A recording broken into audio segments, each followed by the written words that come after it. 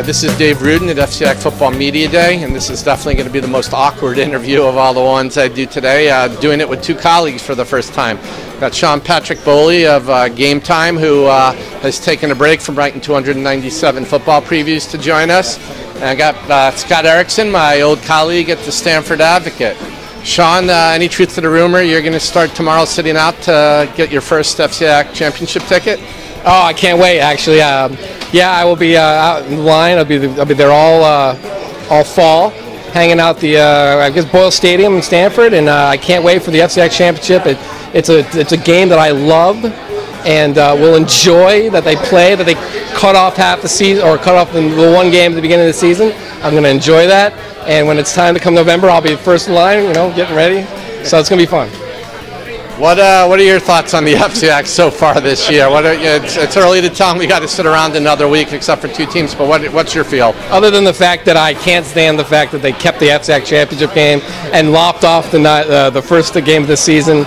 Listen, whatever. I'm not going to go into that too much, but they all know where I stand. But the league actually looks pretty good. Obviously, Darien, New Canaan, the two creams of the crop, and then you have a lot of other teams that seem like they're going to be actually okay this year. Maybe we might get somebody different in the FCIAC championship because of the new schedule and the new divisions. So it should be pretty interesting. I'm anxious to find out what happens. Seriously, I really do mean that.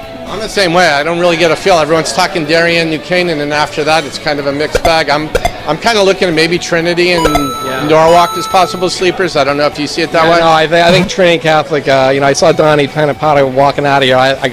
I hear you guys are going to be really, really good this year. And he's like, well, we'll see. You got to stay injury-free, which is fine. But listen, they look like an exciting football team right now. Obviously Lombardi coming back, and throw me some more names on them. More Trinity names. Help me out. Oh, you got Johnny Summers. You've got Prisbeck. You got Prisbeck is gone. It's gone. I'm sorry about that. You got Sanders, the transfer from Norwalk. Right. They're going to be a club to watch. I put them in my top 15 poll for us. If you look at their schedule, I think Scott can speak to this. If you look at their schedule, it's not out of the realm of possibility that they can win most of those games to qualify for Class S. They're a good team. A little bit of a segue. You, before coming to the Advocate, were in Greenwich, so you know that town really well. We'll carry over to the Trinity thought. They open with Greenwich. What do you see with that game? I think that's the toughest game that Trinity has on their schedule is Greenwich. And even if they lose that game, they'll be fine moving on in Class S and probably in the FCIAC too, because their schedule is not as tough as some of the other teams, not as tough as theirs has been the last few years. They got no Darien, no New Canaan, no St. Joe's this year. Trinity has a really good offensive line that's been together a few years. They have a good starting quarterback. If they stay healthy, I think they're the third best team in the FCIAC. Greenwich and Staples will obviously have something to say about that. And Norwalk, too, I hear, has some talented kids coming. Yeah, third best. That's pretty bold. It's interesting. They don't have a lot of depth, but they have a lot of talent. They do. What else around the league from your preseason interviews? What kind of feel are you getting? I think watch out for Greenwich. If they can sort out their quarterback position, they're going to be really dangerous. They have some really talented kids. And Scooter Harrington is like a mountain walking around this place. He's huge. He's huge. He's a legitimate talent. I saw them a little bit in the 7-on-7s, and they're learning, and it's a process. But with Johnny's track record, Johnny Marinelli, there's no reason to think that they shouldn't be successful over there.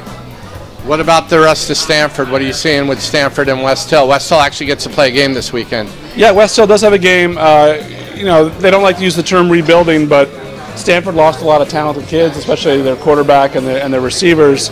So they need to replace those kids. They have some things back on defense. It could be a rough go for them, but I think they'll be there. West Hill, again, a lot of young players on that team.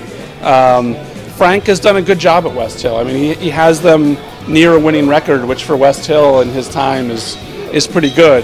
He gets the kids to play hard, and they have a tough schedule this year, West Hill. I think they have like a 7 or 8 week road trip, which is insane. But I think they'll be okay. I think it's Trinity's city title to win, but we'll see. You never know with those city games. Everybody's Darien, New Canaan, Darien. Is either of you see anybody else getting into the final? Well, I think Scott brought up Staples. They didn't look too great against Fairfield Prep in a scrimmage, but then again, it's a scrimmage. And, you know, you got to think after 2 years not making the state playoffs that Marsh is going to get them going again. I mean, they have Ethan Berger, and they have, you know, Ryan Fitton, who's probably one of the best players, you know, upcoming players in the state. He was all-state last year as a sophomore, which is ridiculous when you think about it.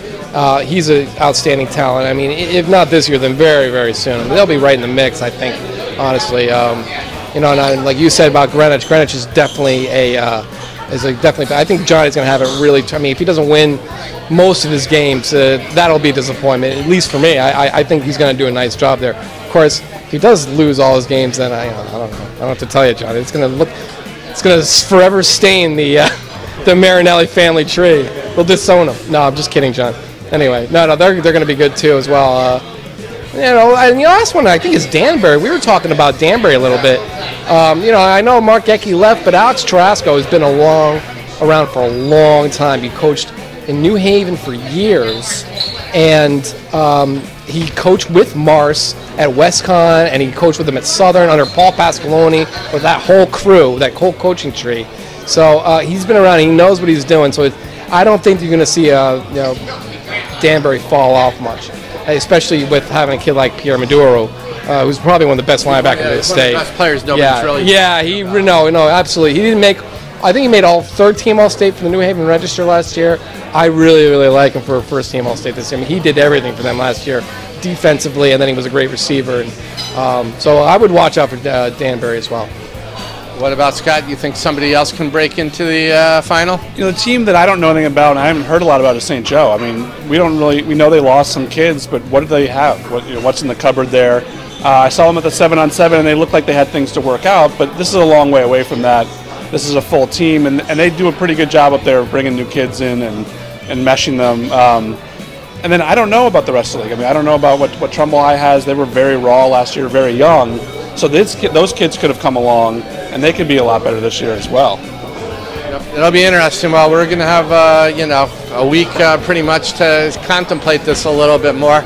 I definitely enjoyed talking to you guys more without a microphone in my hand. But Sean, Scott, thanks a lot, and I look forward to doing this with. This is my first Dave Root interview. I feel like blessed. This is great. Not something we'll be talking about years from now. I shared it with Sean. Oh. Love you too, man. We're one big happy family. All right, thanks a lot, guys.